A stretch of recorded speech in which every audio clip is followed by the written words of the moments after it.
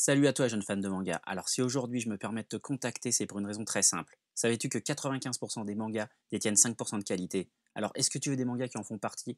Faut que tu te poses les bonnes questions. Est-ce que tu préfères faire pitié et lire des scans tous les jours ou bien commencer très rapidement à reconnaître les bons mangas avec moi grâce à ton YouTube et peut-être pouvoir obtenir ce genre de bibliothèque haut de gamme? Moi, je pense que la question, elle est vite répondue. Alors, soit tu me suis sur YouTube, soit tu vas demander de l'argent de poche à ta grand-mère pour aller au cash center. Aujourd'hui, on parle de Old Boy de Garon Tsuchiya et Nobuaki Minegishi, traduit par Guillaume Esnard et édité chez Naban.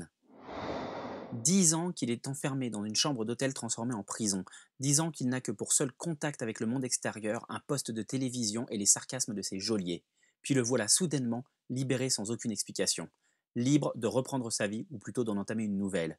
Mais est-il réellement libre? Son geôlier en a-t-il réellement fini avec lui? Pourquoi Old Boy est-il indispensable à ta bibliothèque? J'ai une minute pour te répondre. Et comme il a été enfermé 10 ans, je vais te donner 10 raisons.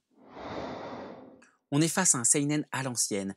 Hypnose, agent secret, monde de l'ombre, complot. On est dans un manga à la Crying Freeman en moins violent. C'est un des papas du manga de vengeance et c'est même pas un manga de vengeance. En vrai, c'est un bon manga d'enquête, un thriller pur jus qui te tiendra en haleine de bout en bout. Le scénario avance vite, l'intrigue est simple et efficace et évite les rebondissements inutiles.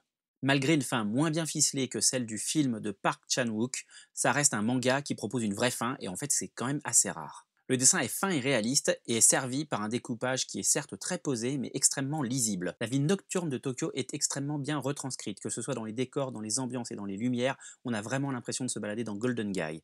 Et c'est un vrai plaisir de pouvoir voyager sans quitter son fauteuil. Comme beaucoup de mangas du même titre à cette époque, Old Boy propose un peu de nudité, mais servi sans fanservice avec une certaine élégance. Édité précédemment chez Kabuto avec un résultat assez mitigé, on retrouve Old Boy avec plaisir dans une intégrale en 4 tomes avec un travail soigné de chez Naban. Le film est tellement culte que c'est important de lire le matériau d'origine, en plus ça permet d'oublier l'adaptation de Spike Lee.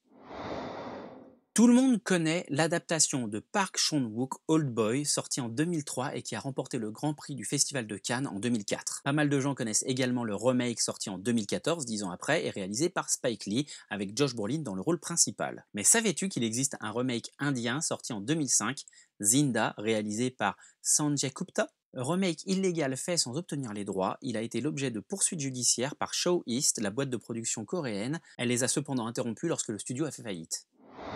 Voilà, une minute pour un manga, c'est terminé pour aujourd'hui, c'était l'épisode numéro 10, j'espère que ça vous a plu. Si c'est le cas, comme d'habitude, n'hésitez pas à me le faire savoir, un petit commentaire en bas, un pouce bleu, on s'abonne, la petite cloche, bref, la totale, on partage aussi sur Twitter, sur Facebook, sur tous les réseaux que vous voulez. Dans les commentaires, vous n'oubliez pas, vous pouvez tout aussi bien me dire ce que vous avez pensé de la vidéo que s'il y a un manga que vous voulez que je vous une minute, je lis tous vos commentaires de toute façon et c'est toujours un plaisir.